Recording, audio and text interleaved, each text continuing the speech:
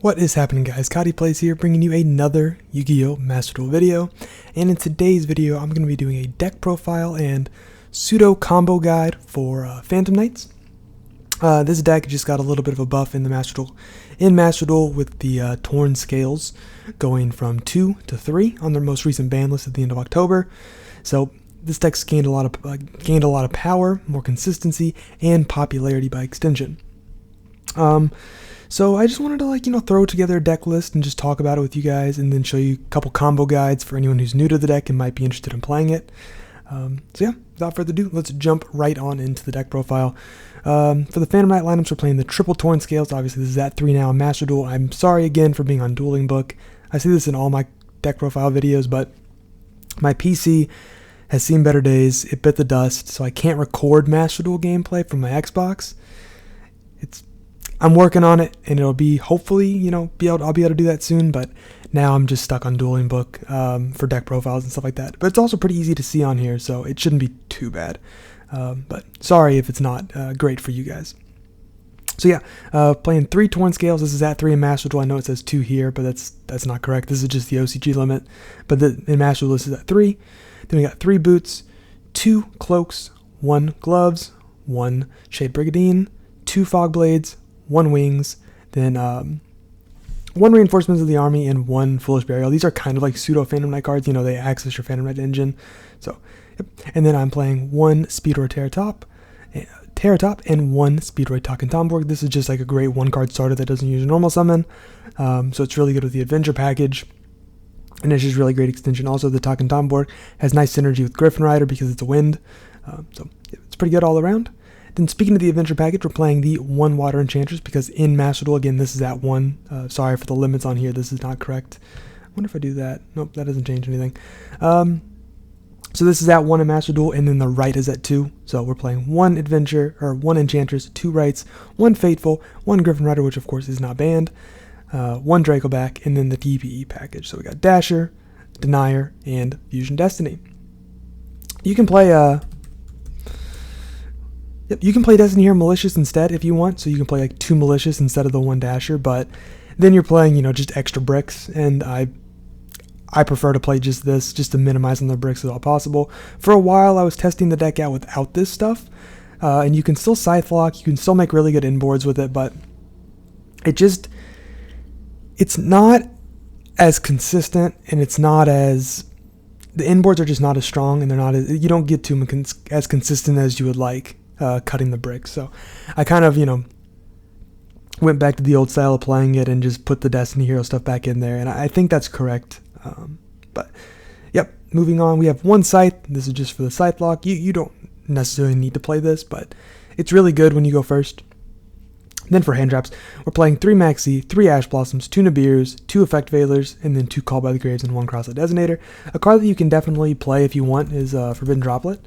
Droplet's actually really good in this deck. It's a lot better in this deck than it is in other decks in the current format because this deck's got a lot of really good discard cards.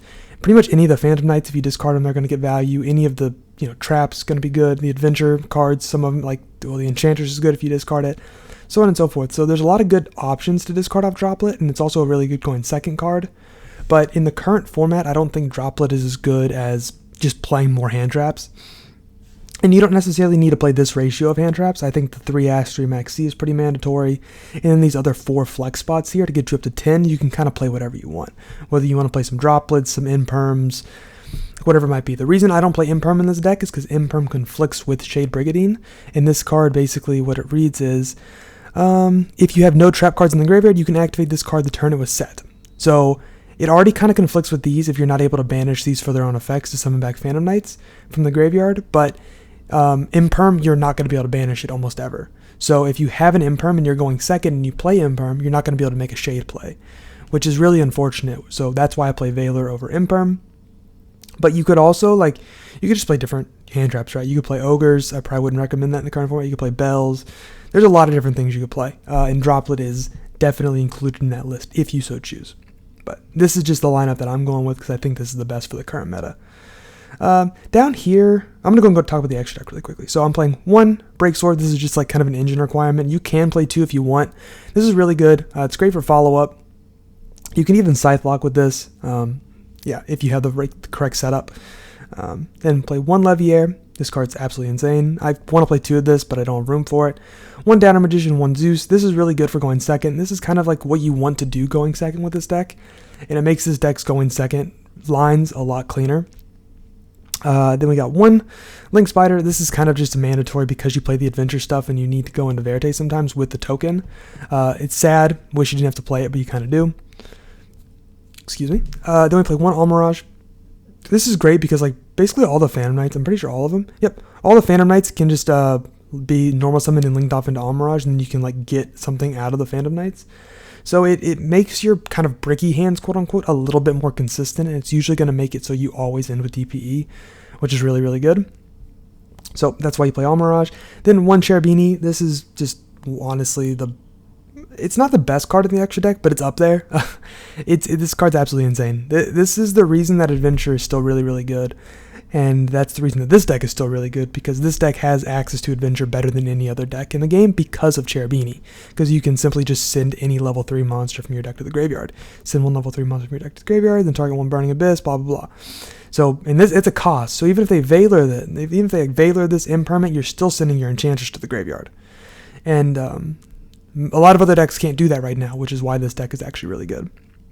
Now we're playing 1 Verte. It says it's banned on here, but it's not banned in Master Duel, sadly. But Verte is obviously for the DPE. Then we're playing 1 IP Masquerena. This card it's a great option. Sometimes you're going to be able to end on this, sometimes you're not, but I like to have it as an option. 1 Artifact Dagda. This is just kind of a combo requirement. 1 Dark the Dark Charmer. This should be in pretty much everyone's extra deck that can make it. Pretty much every deck plays Darks, and this card's just kind of insane. 1 Unicorn. This just goes with the IP. It's really good. And it's also good to go for OTKs on your turn with, right? Unicorn, spin something, then go into Access Code OTK. It's really nice. 1 Rusty Bardiche. This card's absolutely insane. It's kind of what makes this deck. 1 Access Code Talker for the OTKs like I was talking about. And 1 DPE for the engine requirements. Just for the combo requirements, I mean. Some other options I want to talk about really quickly. We have like another Levier. You could also like throw another Break Sword if you want. The Utopic Future package, this is definitely an option, but usually if you're going to go with this, you're probably not going to be playing the Scythe stuff because you're going to need the extra deck space, and you're going to need a second Levier, usually. So, right, you're going to make double Levier, then go into the Utopic Future. Really cool line. This is stuff that people used to go for before the Adventure stuff came out. Then, of course, we got the Raiders Knight, the Arc Rebellion XYZ Dragon, and the Dark Requiem Dragon. These are just like great options that you can go for. This is just good utility cards in the extra deck. I really like playing this stuff, and if I had room, obviously I would. I've considered dropping the Downer Zeus for like a Raiders Knight plus the Arc Rebellion, but I think more often than not, I think Zeus is more universally useful than these cards. So that's my reason for just like sticking with the Zeus, but you can definitely go with a combination of this stuff. Then I got, the Burning Abyss package here. So I'm going to throw Dante, the Seer, the Graph, and even the Beatrice. Beatrice probably a little bit less so, but like the Seer, Graph, and maybe even Dante, this is definitely stuff you can play. If you don't want to play the adventure stuff, or maybe you don't want to play the Speedroid stuff, you can throw in just 1 Seer and 1 Graph, and if you have access to the adventure package without needing to dump it off Cherubini, you can just send your Graph from the deck to the graveyard with Cherubini, and then summon out the Seer, then link off with Seer and Cherubini into Rusty, and then summon back the Cherubini off Seer's effect. So it just gets you a lot of resources and allows you to like link climb and kind of link spam very efficiently. It's really, really powerful. The problem is if you draw these cards, they're absolutely dead. Well, not absolutely dead. They still have uses sometimes, but you need a Cherubini on board for these things to be summoned, really, and because if not, they're just going to destroy themselves.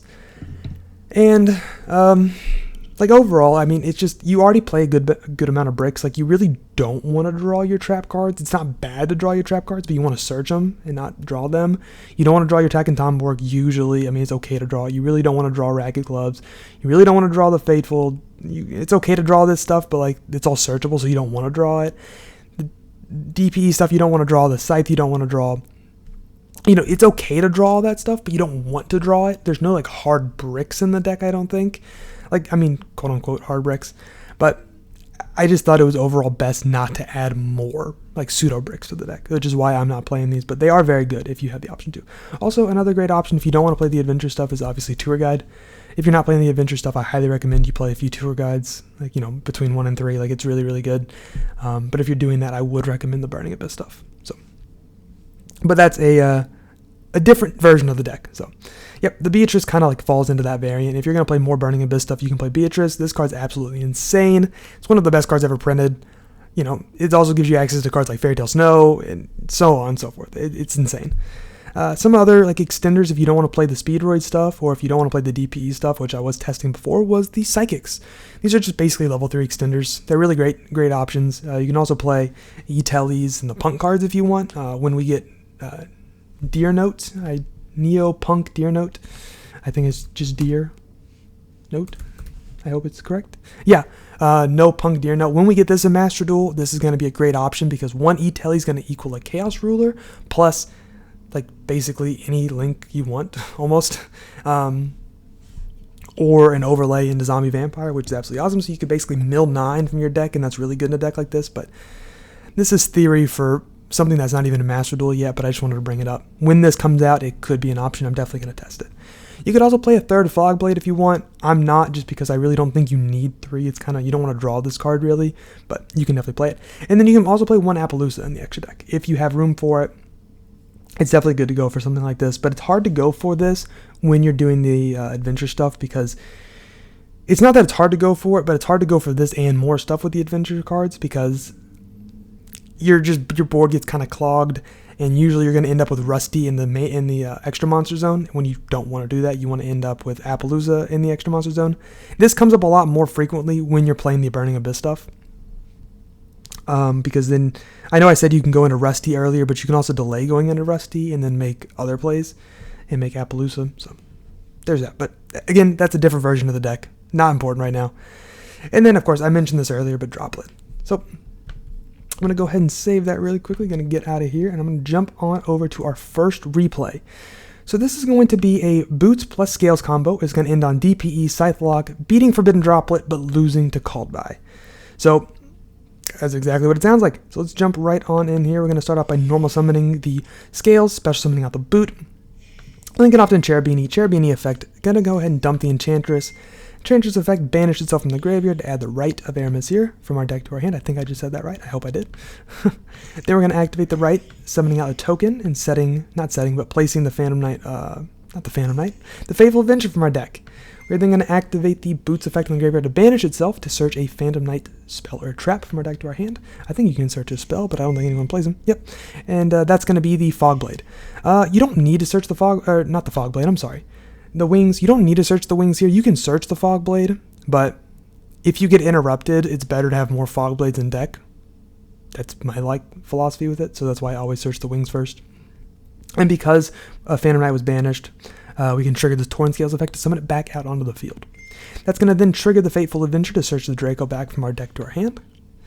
And then we're going to activate the Fateful Adventure to search a monster from our deck to our hand, and that's going to be the Griffin Rider. Should note that in previous combos, you could search another Enchantress and summon out the Enchantress to have another level 3 body on board, which is really, really good. It was good to have that option. It also means so you don't have to Leviair back the Enchantress if you want an Adventure follow-up, which I'll get to that in a second. But now Enchantress is only at 1, so you're kind of forced to just search the Griffin, which is what I did there. And then we're going to discard the Draco back. Draco back's effect is going to activate to equip itself onto the token. I wasn't able to target there, but it's equipped to the token. We're then going to activate the Griffin Rider's effect to summon itself out. Activate the Torn Scales effect to discard a card from our hand to send a Phantom Knight card from our deck to the graveyard. We're going to send the wings from our hand and the boots, and not the boots, the cloak from our deck. We're then going to activate the wings to banish itself to summon back out the cloak onto the field. We're then going to overlay into a not Chaos Dragon Leviair, a Sea Dragon Leviair. Leviair the Sea Dragon, sorry. I'm getting my Dragon Link and Phantom Knight combos mixed up. With Levy's effect, we're going to detach the cloak. Make sure you detach the cloak. To summon out the Enchantress. You could also, of course, summon back the boots here. It doesn't really matter. It depends on what kind of follow-up you want. If you want more Phantom Knight follow-up, which actually Now that I'm saying that, it's not actually going to give you more Phantom Knight follow-up because of how the turn progresses, but I'll talk about that in a second. So don't grab the boots here. You're not going to be able to use it on the next turn. Grab the Enchantress. It's going to give you follow-up next turn. We're going to link off with the token and the levy. Of course, the Draco back goes to summon out an artifact Dagda. I'm going to activate the Cloak's effect to banish itself to go search from our deck to our hand a Shade Brigandine. I'm going to set the Shade Brigandine, activate it, and then when we activate that, it's going to allow us to trigger Dagda's effect to set the Scythe from our deck to the field. Shade Brigandine is going to come on out, it's going to summon itself, and then we're going to link off with the Shade and the Cherubini into a Rusty Bardiche. Going a little slow here. Rusty's effect is going to activate to send the gloves from our deck to the graveyard to set a Fog Blade. And then we're going to activate the gloves effect to banish itself to send a Fog Blade from our deck to the graveyard. This is why I said don't recycle the boots, because you've used all your Phantom Knight traps. You've used both Fog Blades already. One's set here, obviously, and one's in the graveyard, and your Wings is already banished. So you're not even going to be able to use your boots on a follow-up turn. Then we're going to activate the Fog Blades effect to summon out back the Twin Scales onto the field. And we're going to overlay into of course, Phantom Knight Breaksword, and we're going to put it under the Rusty. This is like super important to what Link Arrow is pointing to, because that's the thing going to trigger Rusty's effect to target. Basically, it says, if a Dark XYZ monster special summoned to a zone this card points to, while this monster is on the field, except during the damage step, you can target one card on the field, destroy it. So, we're going to be targeting the Fog Blade. This is also different from previous combos. In previous combos, you wouldn't have to target the Fog Blade, because you wouldn't have to use the Fog Blade in the graveyard previously to summon something back out, because this would have been an Enchantress, and you could have just overlaid into the Breaksword without having to use go with that extra step. So that's important to note, but, just with Enchantress being limited, this is what we got to do now. So we're going to pop that Fog Blade, and then we're going to link off with the Breaksword and the Griffin into a Verte. You want to leave this on board because of playing around Droplet. Then we're going to activate the Verte's effect to dump the Fusion Destiny, dump the bricks to summon out the DPE. During the end phase, what you want to do here, in order to beat the Droplet, you need to get DPE off field. So you're going to DPE, pop itself in the Verte. And then, as noted here, during your opponent's standby phase, that was actually incorrect. It's during your draw phase. I'm sorry. So yeah, I corrected that here. So during your opponent's draw phase, you're going to activate Fog Blade's effect to banish it to summon back out the boots to zone the Rusty points to, of course. And that's going to trigger Rusty's effect to pop, well, what do you know? The Scythe. That's going to then trigger Scythe's effect to come on out. Scythe is going to activate. I didn't activate it here because I don't know, I'm just dumb. And let's hypothetically say here they drop the Scythe to prevent you from locking them out of the extra deck.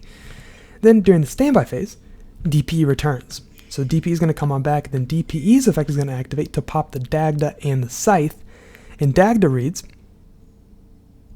during your opponent's turn, if this link summon card is destroyed, you can special summon one artifact monster from your graveyard in defense position. I totally did not summon it back in defense position. It summoned back out in attack, but I'm sorry. I'm bad, I can't read. So Scythe is going to come back out. This is going to be in defense position, so sorry about that.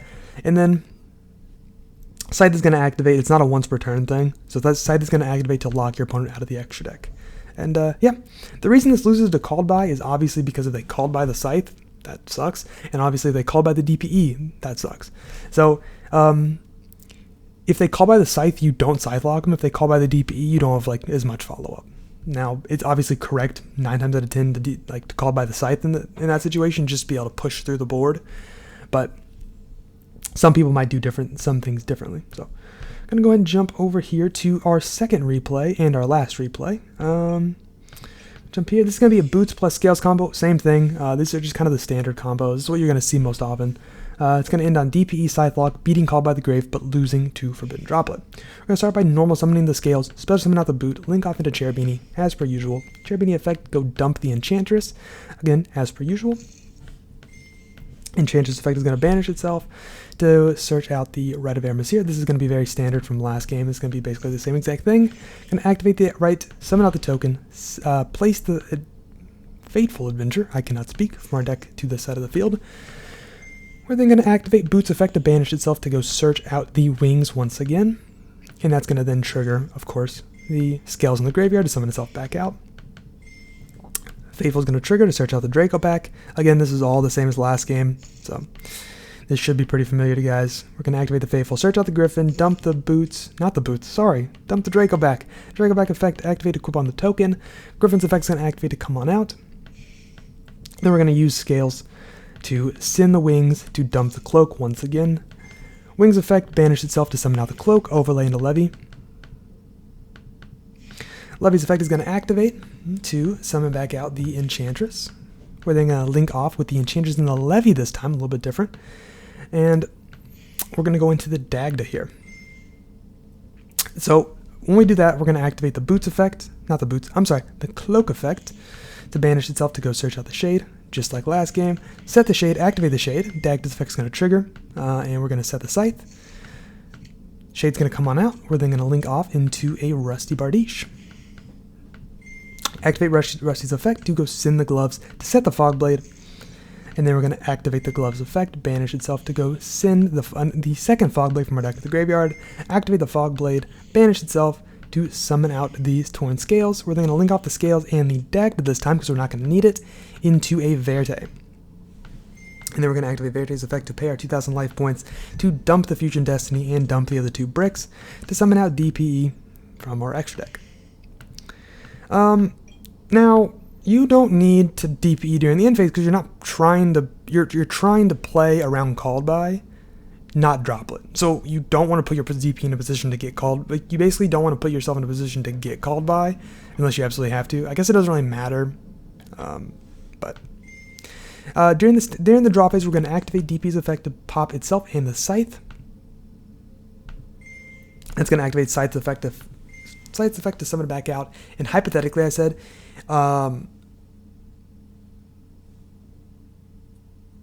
if they droplet you, you can Griffin negate, but that's incorrect. That's not what I meant. I meant if they called by. If they called by you here, if they called by the Scythe, you can just Griffin negate, and obviously shuffle Griffin back into the deck to negate the called by. Then Scythe's going to come out, and you're going to Scythe lock them.